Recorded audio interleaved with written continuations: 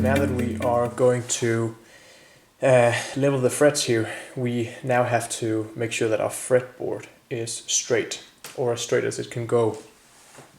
So we're going to take the notch straight edge again here. We're going to place it in the middle of the fretboard, and if I just press down, I can push the notch straight edge up. So, you know, given that we just adjusted the truss rod before, we now have to take some of that out again. So we'll just do that, no problem.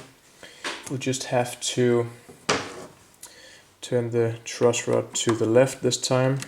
Just give it a little turn, see what that does. You know, you can only get the fretboard so level, right? So you would have to go back and check it.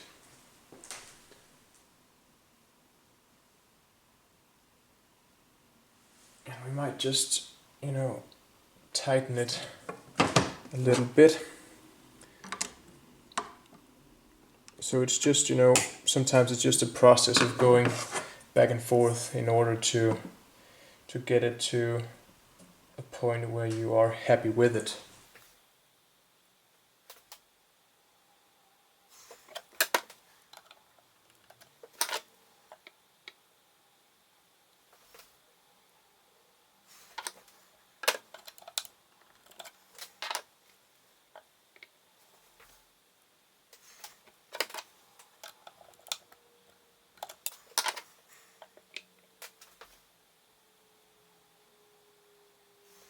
Right guys, so we are there. We have no gaps on the fretboard when I look down at the notched straight edge. So we're good to go.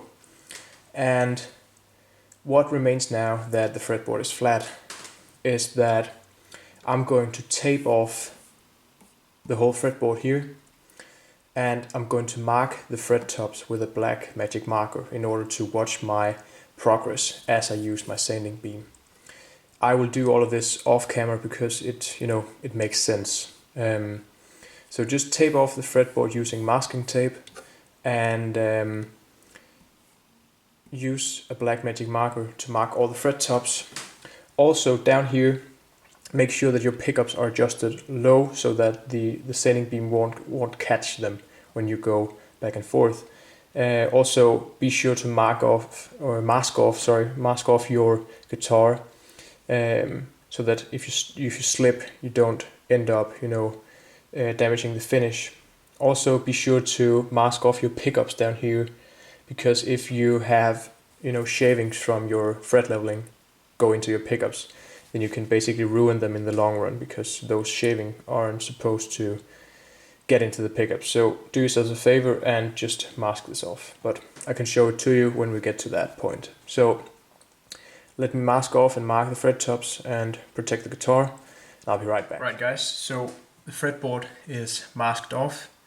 I have some protection down here over the pickups, and I have marked the fret tops with a blue marker, as you can see right here. And the marker is just going to allow me to watch my process or progress as I go. Yeah, and I set up my sanding beam here, a nice sanding beam that I bought a couple of days ago, and I've just attached some 320 sandpaper to this, and yeah, I'm very excited to be using this one because it's a lot better than the old one I had, so I'm looking forward to that. But let's start by placing the sanding beam on the guitar here, and let's just take it back and forth a couple of times to see what happens.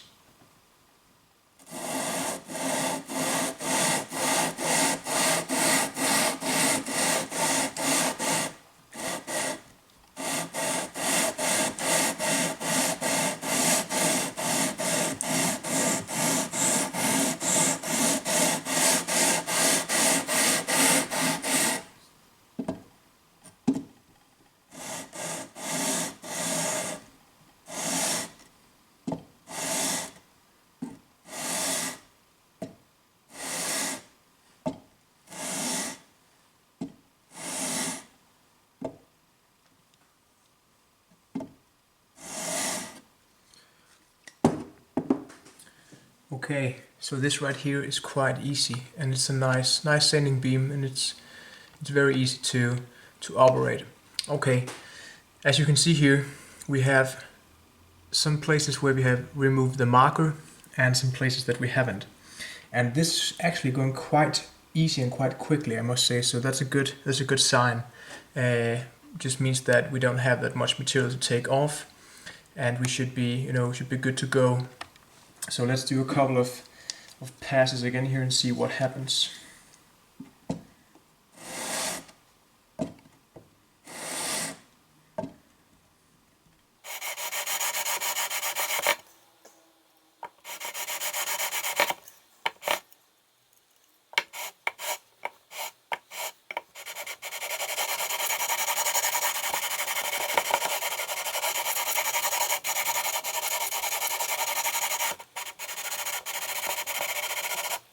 Alright, so it's starting to look very fine. I actually, I only have some marker left on the sides now.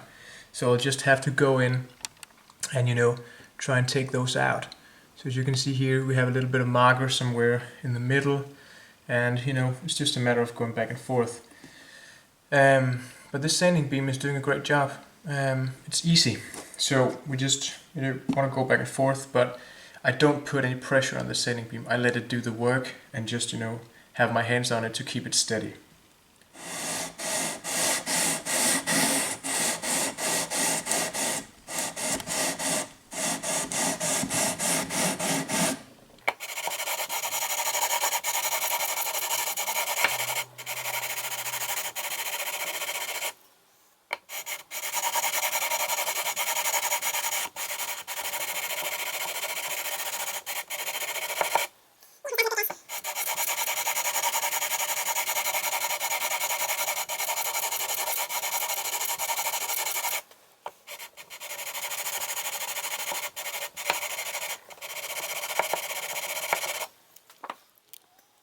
You can see quite a lot of the marker has been removed, and I don't really need that much, so I'll just keep going a little for now, and I can bring you in when I have all the marker removed, and we could take a look at, we might want to create some fall away for the let's say 7 or 8 thread to be a little lower than the rest of them, and we can take a look at that, guys. So I will be back when I'm done sanding here. Right, guys, so I've just finished, sanding the frets, and as you can see here, we have no marker left on the frets anywhere, so that's fine. And I've just, when you do this, at the same time, just go over your frets with the fret rocker to check that you don't have any frets rocking. But as soon as the marker has been removed, you should have level frets. Okay, so right now you might notice that I have a couple of pieces of tape down here, and the reason for that is because you can always see that I've also marked up the frets again. In order to create some fall away on this guitar, fall away meaning that we're going to sand a little bit on, a little bit more on the last frets down here in order to give the strings a little more room to vibrate, or to get our action lower down here. So I have marked up 1, 2, 3, 4, 5, 6, 7, 8. I've marked up 8 frets here, and just put 2 pieces of masking tape on top of 1 fret here. And with that, the fret here with the 2 pieces of masking tape will allow me to create a little bit of a ramp down. So I can sand those fret in, just taking off a couple of thousandths. So this is what I will do now, and I'll take a couple of strokes and we can come in and take a look at it afterwards. Alright, so let's take a couple of passes and see what happens.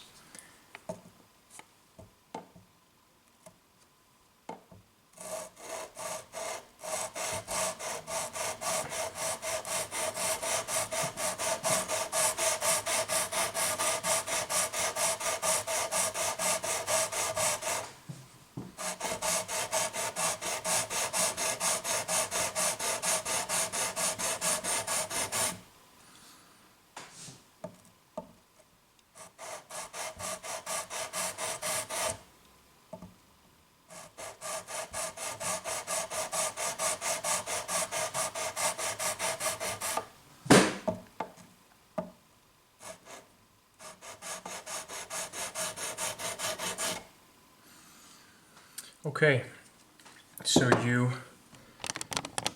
you can see here, I have now